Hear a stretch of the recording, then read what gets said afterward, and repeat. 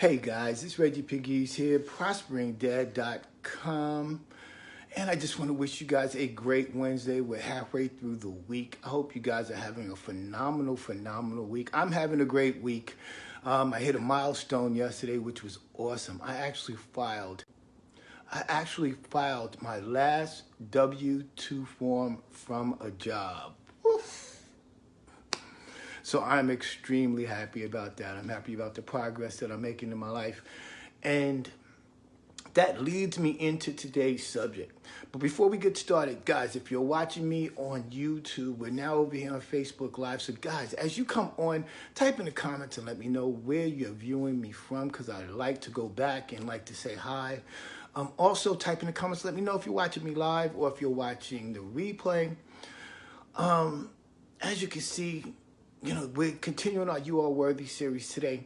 And as you can see in the description, we're going to talk about why every person who contributes to prosperity must experience it themselves. Why every person who contributes to prosperity must experience it themselves.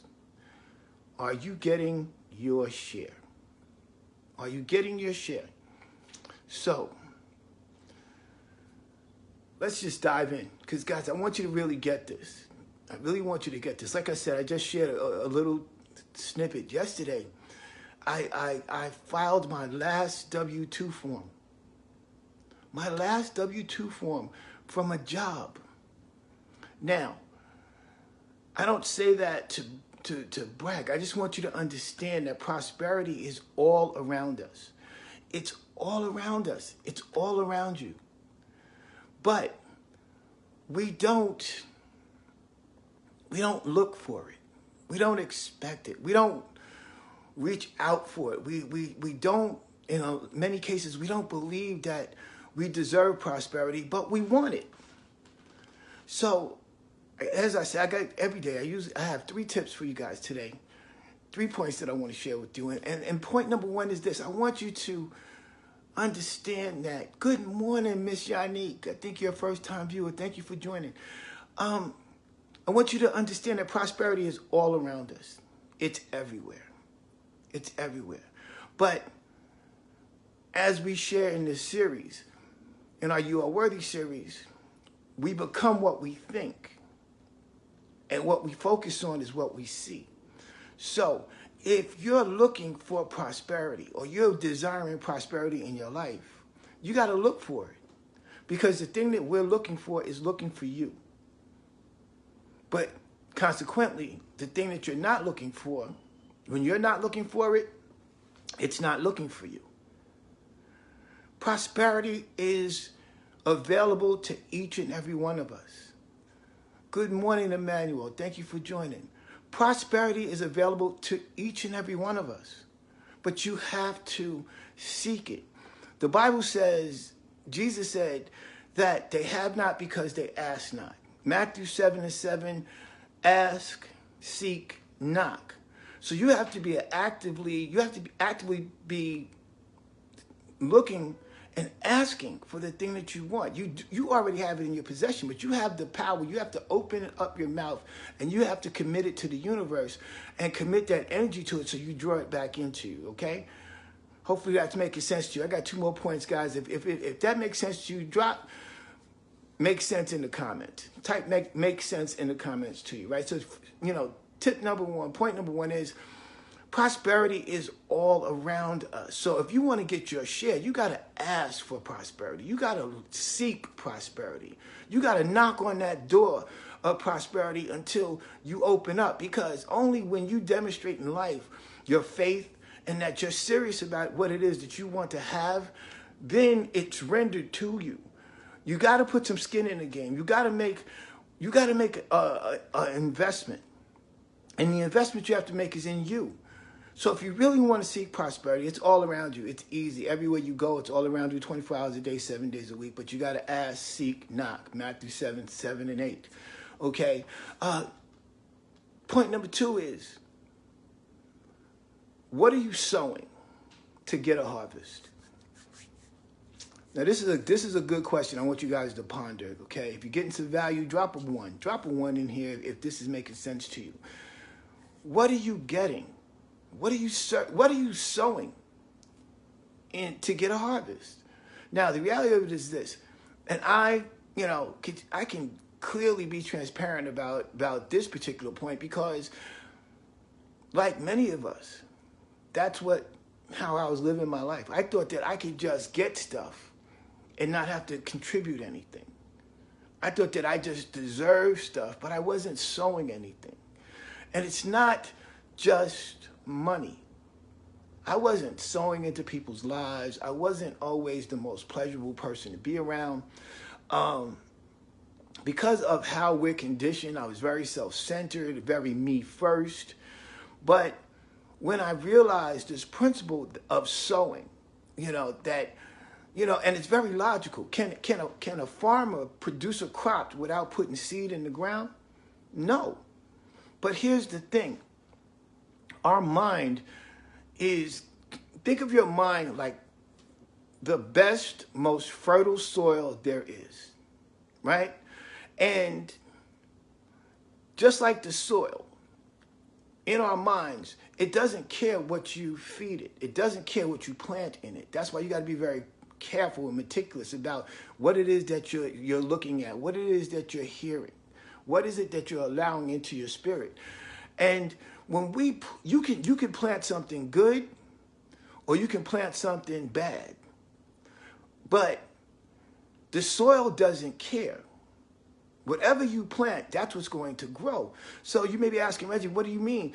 Well, if we plant positive thoughts, we plant that we can be prosperous, we plant that we can be successful, we plant that we can achieve all things, we plant good crops, then we can have a realistic expectation of having a good harvest. Conversely, if we plant poison, if we plant negativity, if we plant, I can't do it, if we plant, everyone else is better than me, if we plant, I'm more concerned about what people think about me, if we plant lies instead of truth, that will also grow. Because as I said in the beginning, what we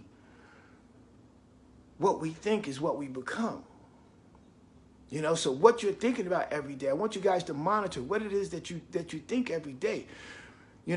It's already statistically proven that we have almost 70,000 internal conversations with ourselves on a daily basis, and 80% of those conversations are negative. So if you're really not being aware, that's what you're planting in your fertile mind. You're planting negativity. That's why they spend millions of dollars. Good morning, Larcinia. Good morning. Good to see you.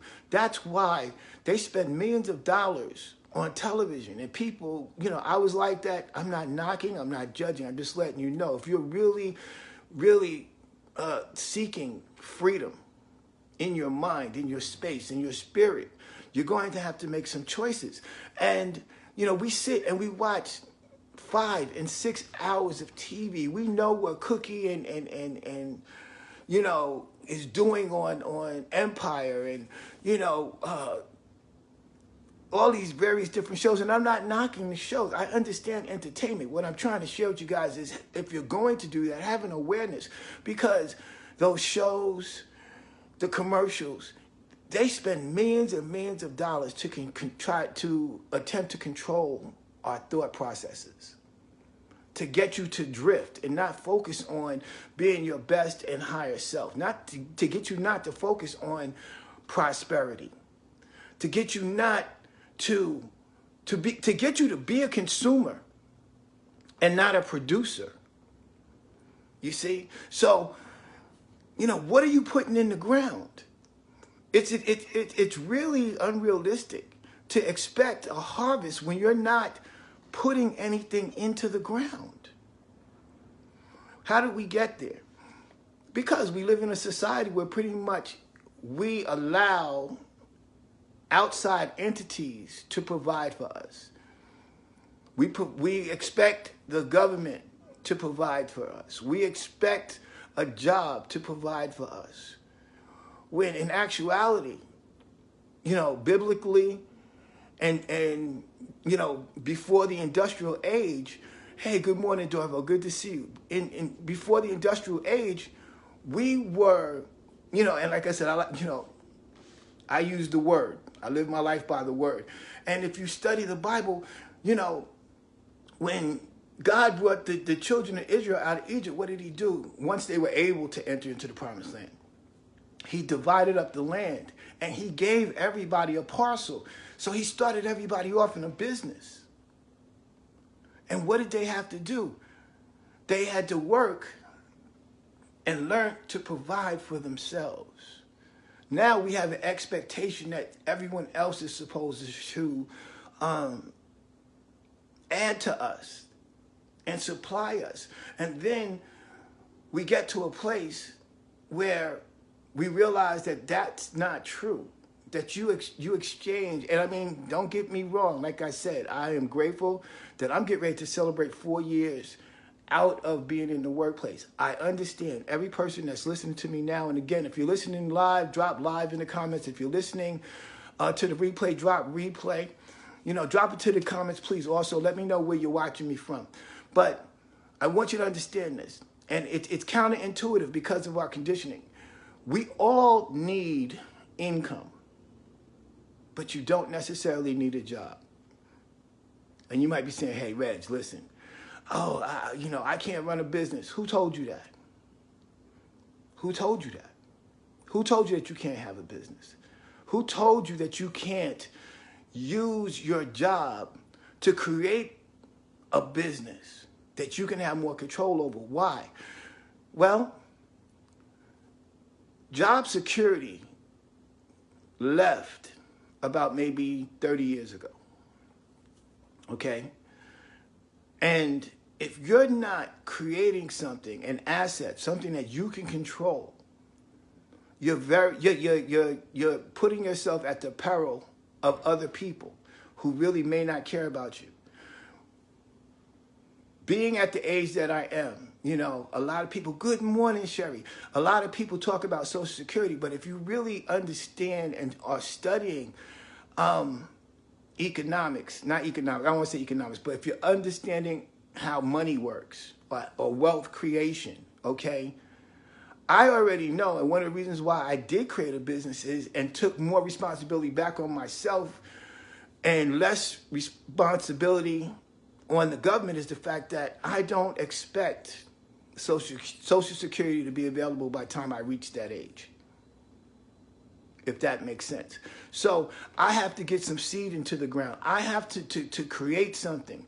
And we come from the greatest creator that ever was.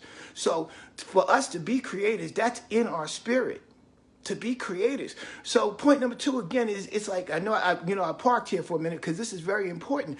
What are you getting into the ground? What are you sowing to get a harvest? If you keep expecting, that old saying, if you feed a man a fish, he eats for a day, but if you teach a man to fish, he can feed himself for a lifetime. We need to get back to that because we're living in a precarious time where we're expecting others to provide for us. Good morning, Caitlin. Good to see you. We're expecting others to provide for us, and it may not be there. And point number 3 is this. What's your investment? What's your investment? What are you investing in you? And when I say investing in you, what are you doing in terms of your personal development? What are you putting in your mind?